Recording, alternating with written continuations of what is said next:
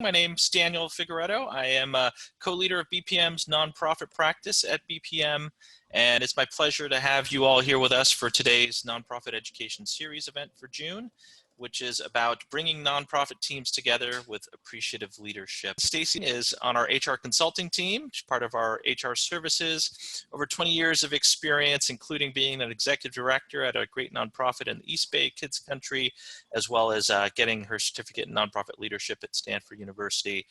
She runs many aspects of BPM, including our BPM Link tool that is helping clients with their strategic management. David and I go back a little while to the Leadership San Francisco program. He's a founder of Panorama Advisors, a consulting firm for nonprofits and social enterprises and collaborative ventures. He's been in the nonprofit consulting space for a while, really focus on equity-centered leadership, strategic planning, learning, and group facilitation. So it's a real pleasure to have David join us. I'm going to go ahead and have Stacy introduce a few more things about herself and then kick it off over to David. Just a little bit about BPM's HR and People Services. We really do kind of soup to nuts HR experience for our clients. We can do full service outsource. We also do quite a bit of project work, but really our goal is to help elevate the people function that allows organizations to meet their vision and to, especially in the nonprofit space, to make space for you to meet your missions and bring positive change. So our team is 15 mid to senior level HR consultants who have just a ton of experience and are a joy to work with. So if you are in need of HR consulting services, our team is a great place to go. So thank you again for all being here. We really appreciate it. Thank you to Lisa and Daniel for getting this all set up for us. And I'm going to turn it over to David so he can introduce himself and Panorama. So as Daniel said, I'm the founder of Panorama Advisors. Our mission is to make the world a more just place, especially for those furthest from power. And Panorama Advisors kind of draws on my experience as I've had a couple different careers, one in strategy consulting, at a firm called FSG, which is a large strategy consulting firm for nonprofits and other social enterprises. So it draws on that, all the strategy consulting, but also my experience as the chief of staff for an education nonprofit in Oakland for a number of years. So I kind of try to hold, sort of the strategy as well as the practitioner perspective in my work. And I say we at Panorama Advisors, we is me. We're a one-person firm, but my model is that when we consult for organizations, I bring in other independent consultants. So we form teams that are hopefully tailor-made for the client in the particular project. So it's great to be with you. So the first thing we want to do is talk about this approach to a number of different things, but we're going to talk about it in the context of strategic planning. And that approach is called appreciative inquiry. You may be familiar with that term. You may have done appreciative inquiry without actually knowing you were doing it. We're going to talk about that. And in the course of doing so, we're going to share some practical tips that you can use right away. And then Stacy's going to talk about the benefits of a workplace culture that's based on dialogue and strengths-based goal setting, and how that kind of interacts with the appreciative inquiry work we're doing. And then we're going to do one or two activities that will be relevant to you, right? We want you to come away with having done some thought about your particular context. What should organizations be doing? What should organizations be thinking about?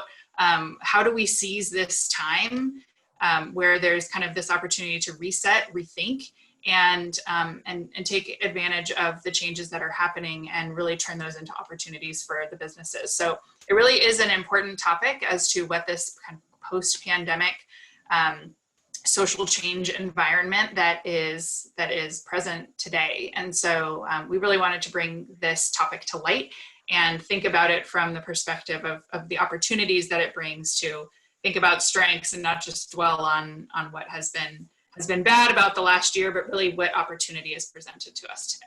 In researching for this, and I've been reading a lot of these articles, as I'm sure many of you have, I noticed the prefix recovery, the great recovery, the let's rethink things, the rebirth, the great reset is kind of a term that a couple of organizations are using. And so I looked up what does that mean? And it really means to start over. It comes from the Latin, using the term meaning again to indicate repetition or meaning back or backward. And so really this is an opportunity for us to think back and then also use that to drive how we change things moving forward. And I just thought that was really relevant aha that I had about the opportunity that's present to us right now as leaders and as businesses to especially mission-driven nonprofits, to think about how do we seize this opportunity and move forward in a different way that allows us to be successful.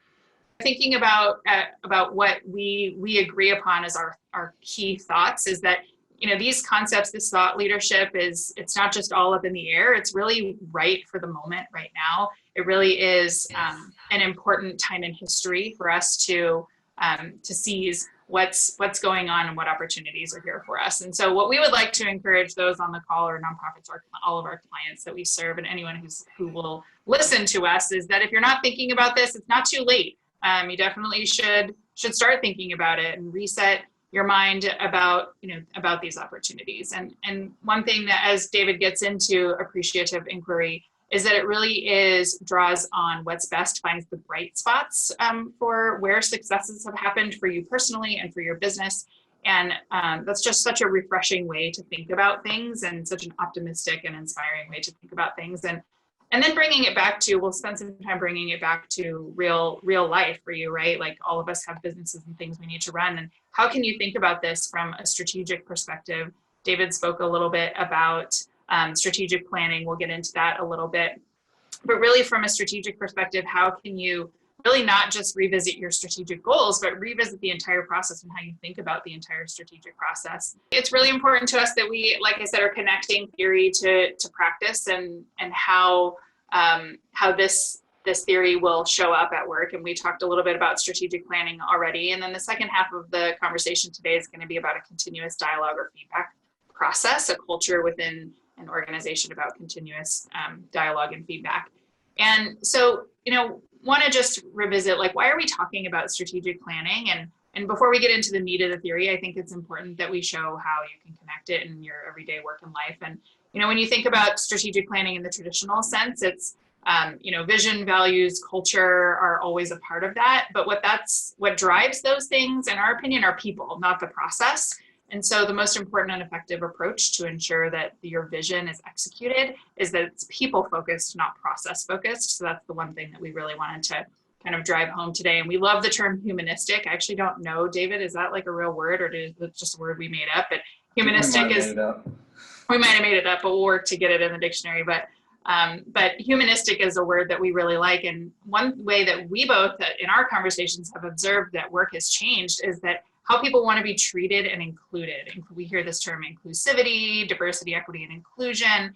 But this concept of top-down planning is just no longer as effective as it used to be. And people really want to have a voice. And especially there's some very significant implications in this process for racial equity, which is something that both David and I are passionate about. And I know a lot of organizations are passionate, and individuals are passionate about as well. So, and this is really not only a reaction to the pandemic, but it's also a reaction to the social change climate and the demands for transparency, right? So this opportunity to revisit plans and how those are done, and whether there's an opportunity to make your organization a bit more humanistic is really where we are focused in our work.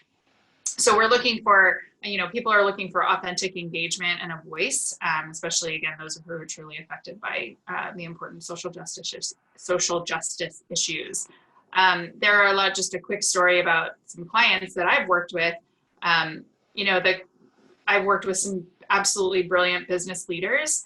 However, those that have that top-down management style have not been as successful as they could be. And I can think of a few clients who are just kind of stuck in that top-down management style and that old school, to David's point, 5-year strategic planning process that is very operational and tactical based, and not really focused on their people or the human, kind of co-creation or collaboration element.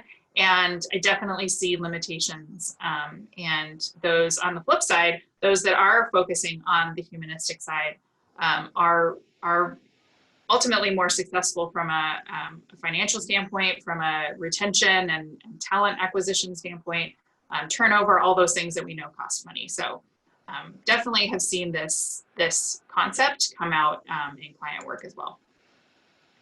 So this is just a graphic of what kind of I would call old school strategic planning looks like. Again, it's operational versus humanistic. It really is great for project planning when you have kind of technical or tactical things that need to be a part of your goals. But strategy is a choice and it's a focus. And so what we're trying to bring to the forefront here is that attitudes and mindset are choices that come from people, not from processes or not from operational processes.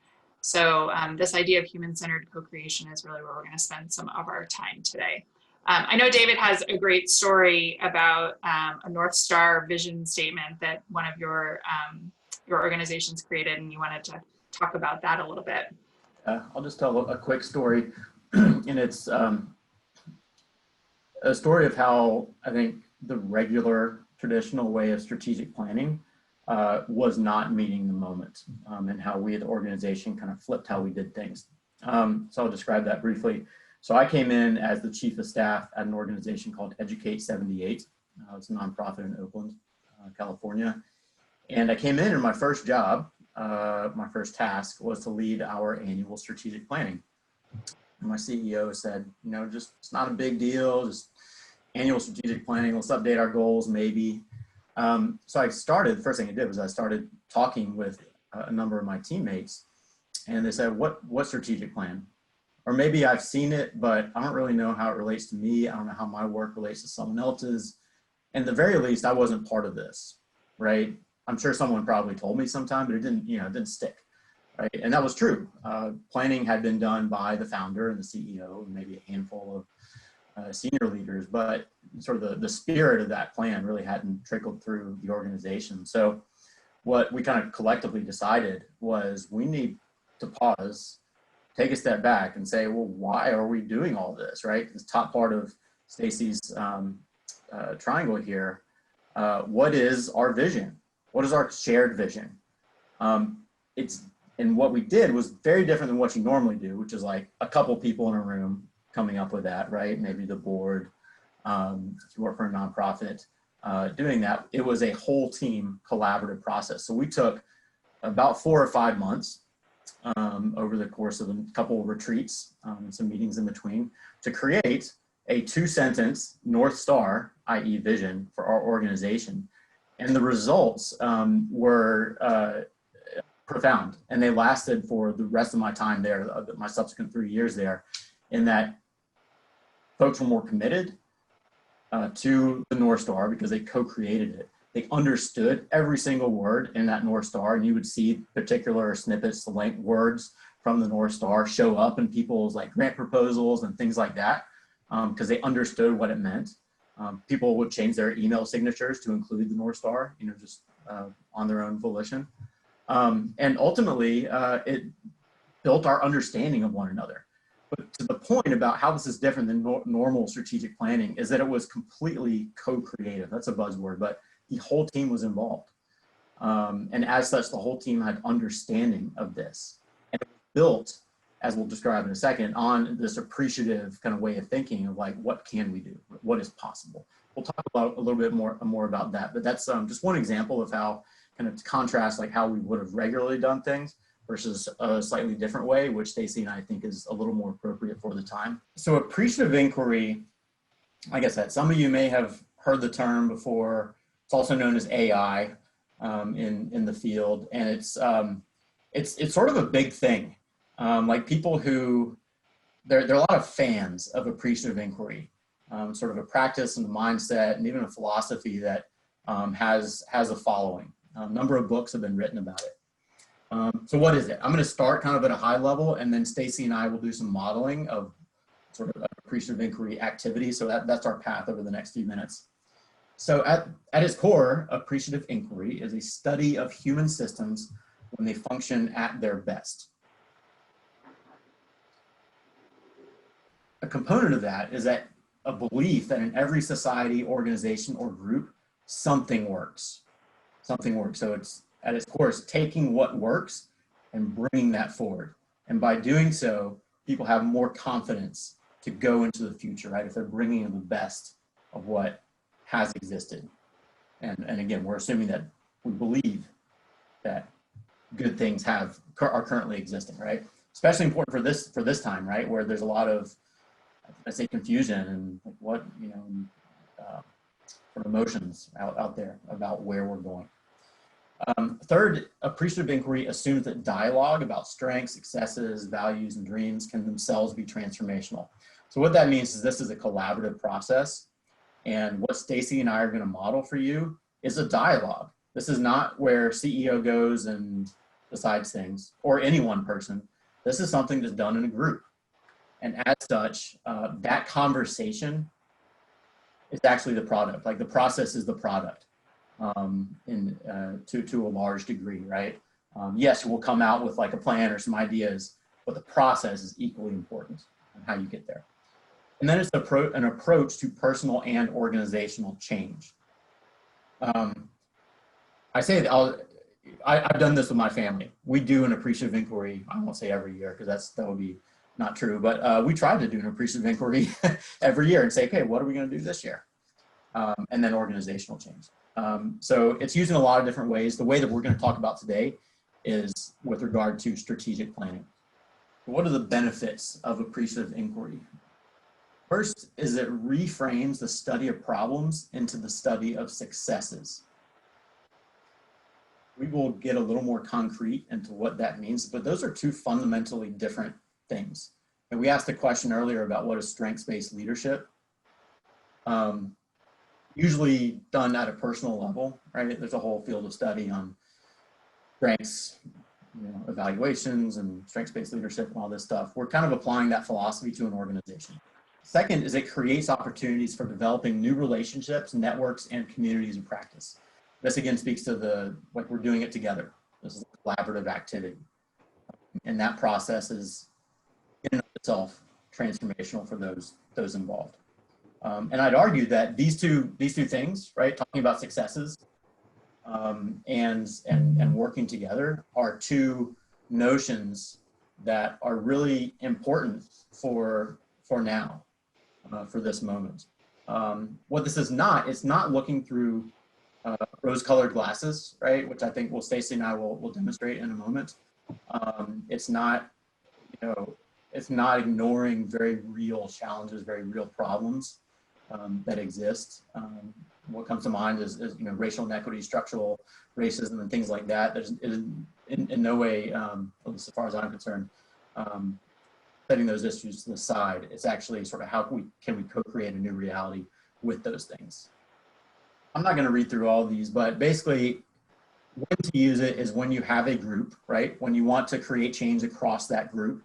That can be a division, it can be an organization. And when people are kind of open to it, right? I think there has to be somewhat of a minimum level of openness to doing something new. Now, that said, I have used appreciative inquiry with a number of deficit-minded folks, and we've had some breakthroughs. I'm just gonna be real about that, but it's a little easier, I'll say, when folks are willing to just kind of jump in. You might use it still when there, some curmudgeonly figures out there. Myself, I've been one. But also when the issue is technical, right? Like technical meaning like the solution is known or is known by someone out there, right? AI is more of a process of like when you don't know the answer, when you're searching for it. It can be your team, 10, 12, 20 people in a room. You can actually do it over, in a large organization, which of course requires more sophisticated facilitation, but really all different sizes. So as you're thinking about your organization, maybe if you're a smaller organization, it can be org-wide, you can do it within your division, and so on. Just a quick story. Yeah, go ahead, Daniel. Yeah, I was just going to ask. I mean, it sounds like you're saying this it can be fairly scalable, and I'm just curious how you change the approach as you scale up with more people and participants to not like, let it get off derailed and make it a useful discussion and process for everyone? That's a good question. I mean, to me, the answer is, I mean, that's a facilitation question. Mm-hmm. Just as you would approach, facilitating a group of 5 differently than you would approach a group of 100. So let's say if I had a group of 100 and I had 2 hours with them, it would be a process of building up, right? Like we would start in maybe individual reflection, then pairs, then maybe groups of 10 or something like that, everyone with a whiteboard, and just kind of building up and sizing and so on until you have something, but requires some attention and frankly some facilitation resources. Just a really quick story. So I mentioned that I had a career as a strategy consultant at a firm called FSG, Youth Foundation Strategy Group, a large firm, a nonprofit firm, and our clients were, big name philanthropic foundations, very serious foundations with resources and like very sophisticated systems and so on. And we helped them do strategic planning. And in 2013, a woman named Hallie Preskill came to start working at FSG, and she brought Appreciative with her. And Hallie came from academia and a different world than a lot of us had come from. And she started talking about these terms that are related to appreciative inquiry, like imagination, feelings, and like what can we do together? Well, the sort of the hardened like business folks among us are like, oh, this is going to work. But we started, right, and it took about a year or two until appreciative inquiry was the primary way that we led clients, at least through part of their strategic planning process. And the proof is in the pudding. I've to date, so knock on wood here, to date, I've not led an AI session that has not been successful. Or people come away saying, that was different. So by the way, I think it was on a prior slide, maybe it's a future slide, there's a link. We're gonna send this deck out. There's a link in there to a short but good, very practical guide on appreciative inquiry that takes you kind of step by step through it. As I said, a number of books have been written on it. There are more than enough resources out there, and we'll send you one. So the original conception of appreciative inquiry was 4 steps. You see that on the left. It's called 4D cycle of discovery, dream. So discovery, what's in the past that works, dream, what's in the future, design, what might be possible, what should be possible, and then destiny, that's kind of like your implementation phase. And then Hallie Preskill, who I mentioned before, she and another author kind of conceived that into the 4I model, which starts with inquire, getting the best of what is, right? What do we want to take into the future? Imagine what might be possible.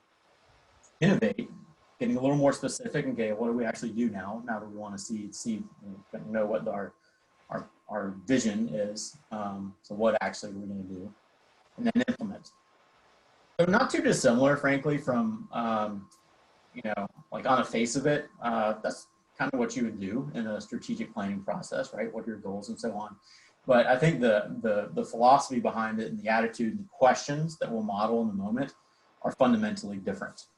So what I've done here on the left side of the slide is the name of the step and how long it might take. So imagine yourself leading this at your organization.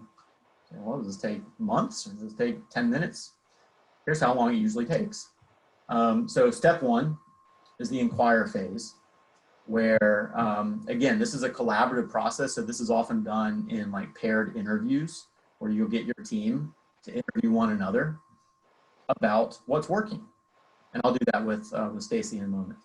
And then, facilitation wise, you kind of bring that up to the whole group and say, okay, well, as a group, here's what's working. Here are our peak experiences. When we are at our best, here's what that looked like. Things like that. So that, done well, can take 60 to 90 minutes.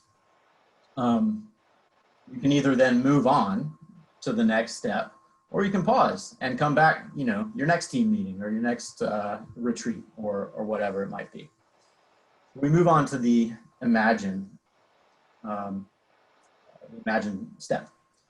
It builds on the first step. That's one thing I should say. These steps build on one another. You can kind of take them piecemeal, but they do build on one another.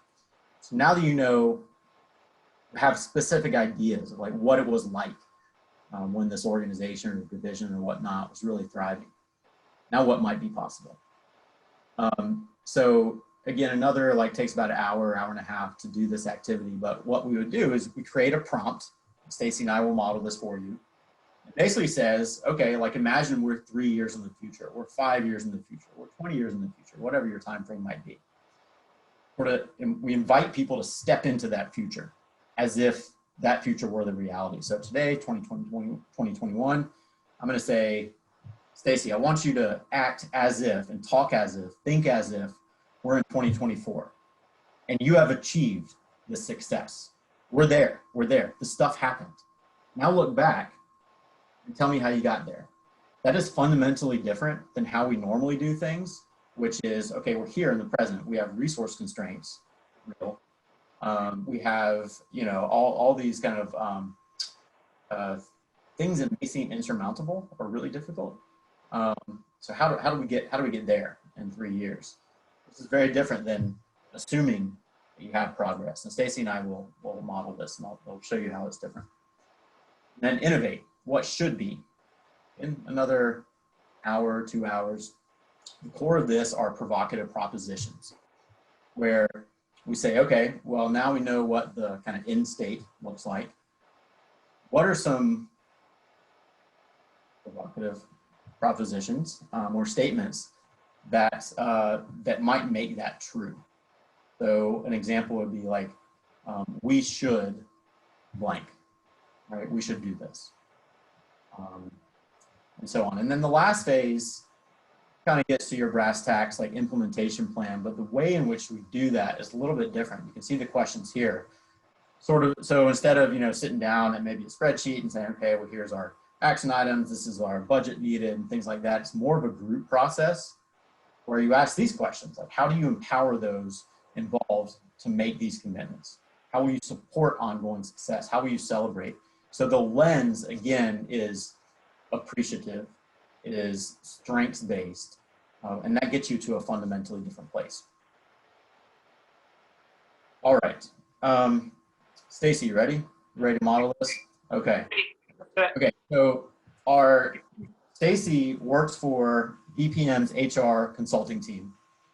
And let's say for this exercise that the plan or the topic of the day is BPM's culture. Okay, so that's going to be the thing that we're trying to figure out here. Not an easy, right? It's a complex, culture is a complex thing. And I'm going to walk Stacy through the first 2 steps very briefly of appreciative inquiry with that as its core.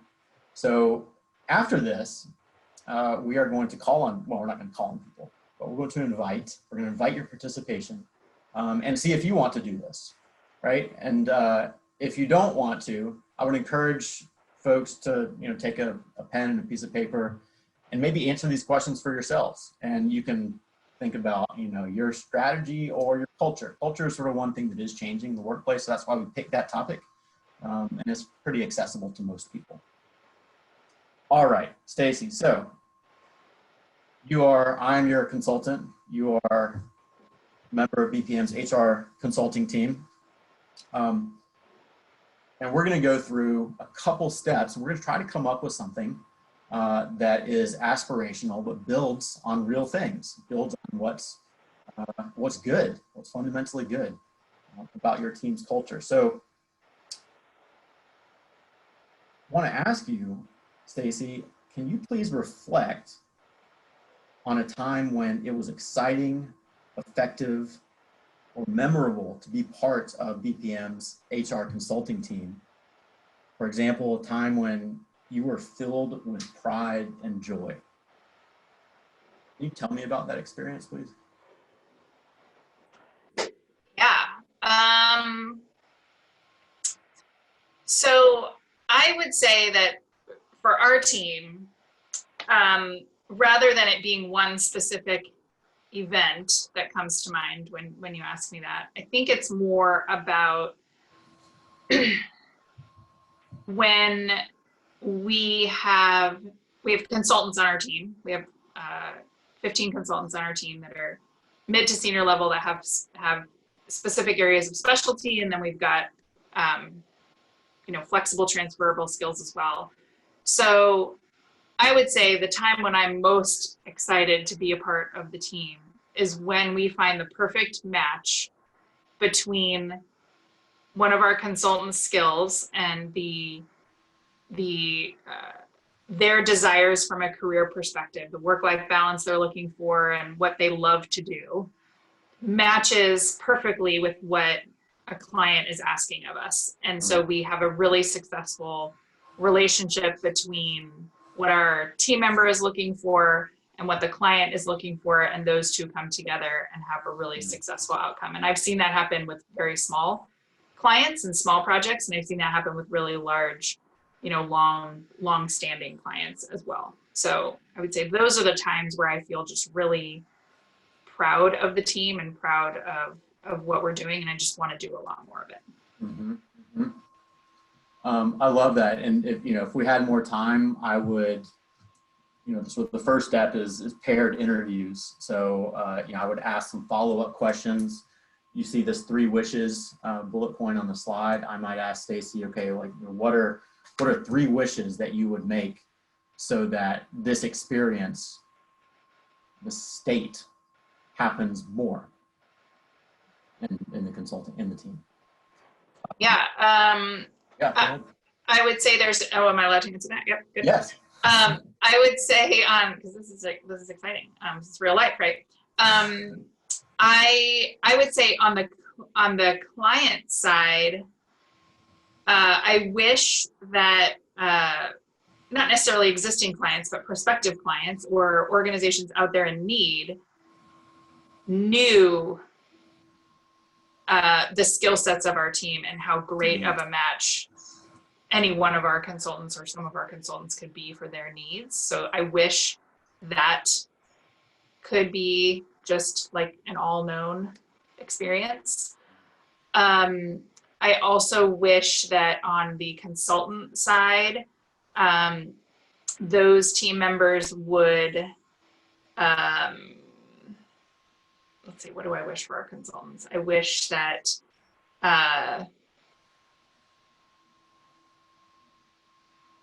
I wish for them just a continued opportunity to match those skills with clients, and a really great process for that to be ongoing and regular and consistent, so that there's a real predictability to the work-life balance. For our team, it's really important that there's a work-life balance component, and that just the perfect amount of work that they want and the amount of impact that they're able to make and skills that they bring is exactly matched with what they want. So I wish that to happen all the time. And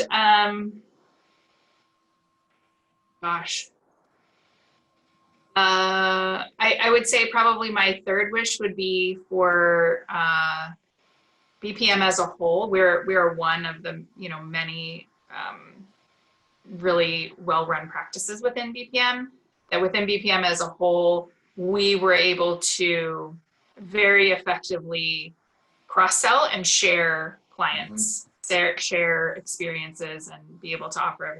We do a good job of that, but my wish is that we would do a great job of that all the time, both our team for other practices and both other practices for our team. So there's a ton there that you mentioned that would, so you start seeing, so imagine your team, so team of 15 people. Stacy's just one person among 15 different sets of perspectives and beliefs, experiences. So the facilitation of this is to what I'm looking for, to extract all of these, these great experiences and thoughts and like put them somewhere, right? It's like whiteboard and flip charts and things like that. And to come to some sort of shared understanding of what it looks like for this team when they are at their best. And then sort of with the wishes question, is sort of like moving forward. Okay, well, like now what do we do about it? And Stacy mentioned a lot of things, right?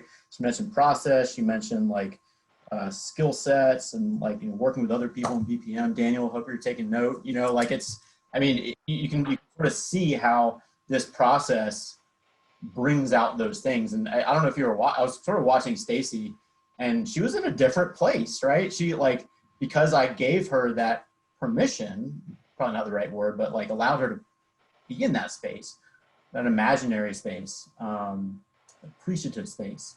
She went to somewhere that is not her, daily experience. The Thursday at, 10:30 in the morning, like, I just need my coffee, right? It's a fundamentally different thing. I was jazzed up. It was exciting. Jazzed up, great. Okay, so we're going to continue, Stacy. We're going to go through the second activity. Like I said, I'm not going to go to the third and fourth, and then we're going to stop, and we're just going to ask for reflections. Like, what did you see? How was this different than what you do, or maybe not different? I don't know. And then we're going to invite and see if anybody wants to kind of go through this process that Stacy and I are doing right now. Okay, Stacy.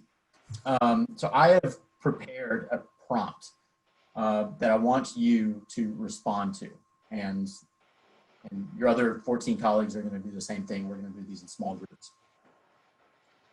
Okay, so the National Association of HR Consultants just released its story of the year. Oh, sorry, imagine it's 2024. Most important part, it's 2024, 3 years from now. You're in that reality. National Association of HR Consultants just released its story of the year, and it's about BPM's team. The team is widely known for evolving its organizational culture to meet the moment. The team members are engaged, collegial, and motivated to do their best work. Okay, so it's 2024. I have 3 questions for you, Stacy, and you don't have to answer all of them. But the questions are, and these are the ones on the slide, what are the main accomplishments that you've made over the past 3 years?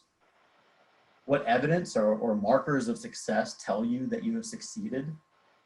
What were the key actions that you took? And the key to this is that you have to stay in 2024. So an effective like STEM for your comments would be, in the past 3 years, or over the past 3 years, we did this, not we're going to. Got it? Got it. Okay. This is exciting and challenging as well. So I'll do my best to stay in 2024, get out of the moment and stay in 2024. So we've just been given this recognition, our team, of being, the story of the year for this this organization.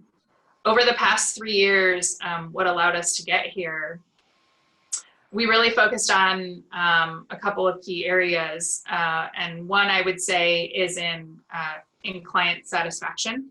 So we made sure that we had a very clear process that allowed us to understand from the very beginning what a client needed from us, what they think they needed from us, and then what we were able to support them through, whether it was exactly what they needed or it evolved over the course of our engagement. We nailed that process. We nailed it. And as a result, we had really, really happy clients that, and a second accomplishment, I would say, was they referred us out to their friends, to their fellow colleagues, to other businesses. And we were getting recognition as a top-notch HR consulting team and able to help our clients get through challenging times that they needed support. So definitely success on the client side from a process standpoint and a overall success standpoint. I would also say that we were able to attract and retain very highly qualified consultants on our team. We were able to really narrow down the specialties that were important to us and to our clients, and attract, recruit, train, and retain individuals with those skills that were able to support our clients meeting them where they are and exactly at the right time they needed them. So we managed that connection process between our consultants and the clients better than we ever have. That was a huge success of ours. And Stacy, just for any of those, how do you know that those things came true, right? If you had a dashboard, what's lighting up? Yeah, that's a good question. So on the consultant side, we put together a continuous feedback process where our consultants were able to speak with their manager and tell them regularly how they were feeling, what they wanted to work on, how they were doing, what they were enjoying about their job.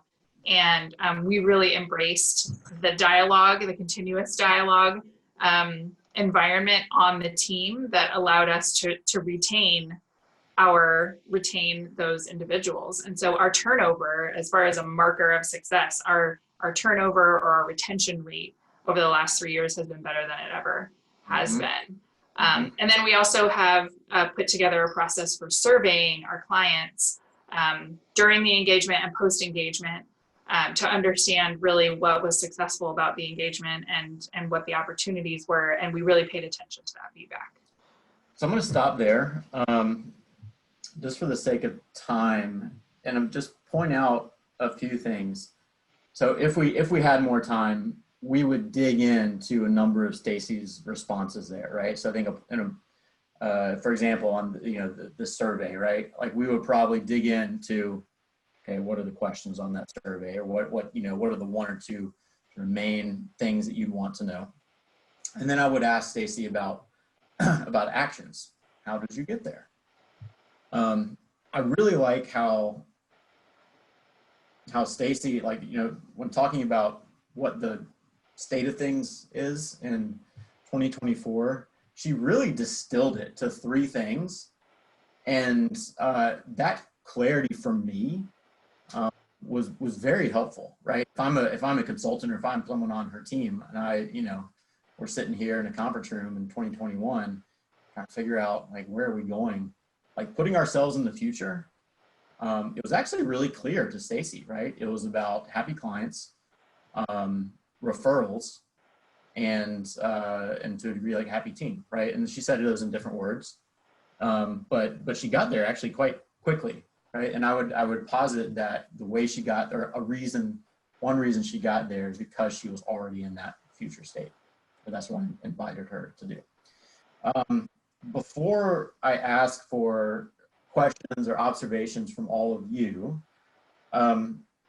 you'll notice that the 3 questions that I asked, main accomplishments, markers of success, key actions, those are essentially the 3 main components of a strategic plan. So you walk away from this activity, ideally with some of those components, right? What are our goals? What are our indicators that we're working toward those goals? And then what actions did we take, right? This is done in a facilitated collaborative process. And after a couple hours, oh, look at that. We actually have group input on where we need to go and how we need to get there. And it's done in a way that, again, has all the underpinnings of drawing on our strengths and what's best, and therefore, right, might be possible to do. So that's step 2. And just full disclosure, that is the step that I most often do with consultants, with clients. It's often the first part of a strategy planning engagement, where we'll do that with the team, right? And it usually has a lot of kind of enrollment or buy-in that it gets from the team. As Stacy said, it kind of gets people jazzed up. Okay, we're going there. Yeah, I'm in. So I won't go through and read all of this, but this is there's a lot of data about engagement right now out there, a Gallup poll. What I think sticks out to me here is, those numbers together, 68% of workers are either actively disengaged or what they call not engaged, which is a huge number of people, right? And It is higher than any other time that it was measured, even after some key events. So definitely an issue right now. And so as we talk through what we advise, what I advise my clients and our team advises our clients, and tying back to this humanistic side of leadership is that it's really just important to support people first. And this is ultimately going to help your business, right? Hopefully that goes without saying. And this isn't looked as like an extra that businesses have to do. It really will support your business in the terms of morale and lower turnover. But employees are experiencing, fear, loneliness, anxiety, stress. Our team does a fun thing called connection before content in every meeting. Managing a remote environment where we're having all these Zoom meetings is a challenge. And it's a really valuable time that I enjoy. The first 15 minutes of every meeting, we're just spending time talking with each other, getting to the human side of how are people feeling? What are people doing for fun? What are they enjoying? What are people struggling with? My team spends time doing that. But just a reminder to make sure that your teams are, that you care about them and that you're here to support them through what is this relatively uncertain time. Hybrid is probably going to be the norm moving forward. And there are some obvious benefits to that, right? Like flexibility, work-life balance, no travel time, no commutes, ultimately more productive. But the challenges are around connectedness, engagement, alignment, ease of communication, those types of things. So want to offer some strategies here to support with that. And kind of getting back to this imagination and visioning for the future. Ideally, we like to support our clients in coming up with a remote environment where your managers are great coaches, your retention rate is increasing in a time when the talent pool and the labor market is going to be a challenge for all of us moving ahead. And I know it's for some of us now. And that around the performance management, that if there's challenging behaviors, that's being addressed in a humanistic way, and positive behaviors is being reinforced and supported those successes. And just that overall sense of belonging is achieved. That's really the ideal that we would like to see. That's our vision for our clients, is that this is really a win-win for everyone, and this hybrid environment is successful. I kind of talk about how performance management is viewed traditionally, and that it's a dreaded, I'd rather go stand out on the ledge of a high rise than go through a performance management or performance evaluation review process that's once a year that isn't effective. And so, how this ties back to appreciative inquiry, a continuous dialogue culture, is really about taking this moment to rethink, what do your employees need? How do we make this process humanistic? And how do we make it effective for businesses, that it really is worth the time that is spent to run the process, right? Like there's an ROI on it from the human perspective, the employee's perspective, and from management's perspective. So just want to quickly touch on, the 5 areas that I feel, and we advise our clients, are an effective way to manage performance. And I really don't like the term performance management. I have a hard time saying that because it just feels very rigid. I prefer, a continuous feedback or ongoing dialogue, but we'll use performance management because that's what people seem to know. But the first is that it's employee driven. Sorry, there's a typo there. It's employee driven. And that gives, employees the opportunity to define their responsibilities and goals. It kind of goes back to that process, that co-creation process that David was talking about with writing the North Star statement, right? Like when there's co-creation, there's buy-in. There's like built-in buy-in. They're excited about it. And that's absolutely what we want when it comes to employees and team members understanding their responsibilities and goals. Connection, cascading goals throughout the organization, connecting individual contributors' goals to strategic goals, right? So that there's a real understanding of how my work affects the overall success of BPM as a firm, right? That's really important to me, that I understand that connection. Ongoing regular dialogue, two-way feedback, right? Like this isn't a supervisor telling you all the things you've done well and more importantly, the things you've done wrong. This is, a dialogue. This is a feedback. How am I feeling as an employee? How is the supervisor feeling? And let's meet our minds on how to move forward. Clear growth and development opportunities. There's a really interesting statistic that the millennial generation that's coming into the workforce or already in the workforce is their number one number one area of focus, or what they look for in a prospective employer, is the opportunities for growth and development. So we can't forget that. And then celebration, right? Like, that's appreciative inquiry at the heart of it, is how do we celebrate the things that are doing well and use those successes to build plans moving forward. At the heart of it, people need information, right? Like, we can't change or know how to move things differently, or how to act differently, or how to be successful and how to win if we don't have the information that we need. If people are holding information in or not getting that feedback on any side, whether it's supervisor, manager, colleague, client, whoever, it doesn't matter. That feedback needs to come from all of those places in a transparent and respectful, humanistic way is really, really important.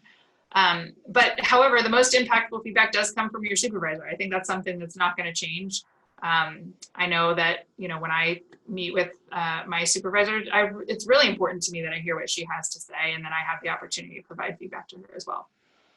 And the outcome of this type of culture is just overall increased trust, a lot of team engagement and collaboration, and just that culture of connectedness and wanting to be successful together as a team, versus any kind of adversarial feelings or us versus them, or top-down command control. That really is not effective in this workforce moving forward.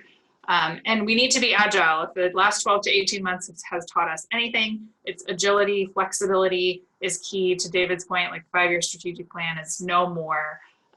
We need to be able to be agile, and the only way to do that is to communicate with each other, to talk to each other, right? So that's continuous feedback at a very high level. Jumping to conclusion can be a bad exercise, right? Like, we need to, this was just coming in and saying that we need to change, right? Like, you can't make any conclusion at all that we need to change or we need to do this differently. Inquire, explore, ask, have the conversations, ask the right questions is really where, kind of in summary, that's what we're trying to talk about here. It's one thing to have theory. It's another thing to have a process that implements that theory, but there's got to be some kind of tool in order to make that process and that theory really be sticky for your business, and something that is just a critical component. We work with a lot of clients to make sure that they have systems in place.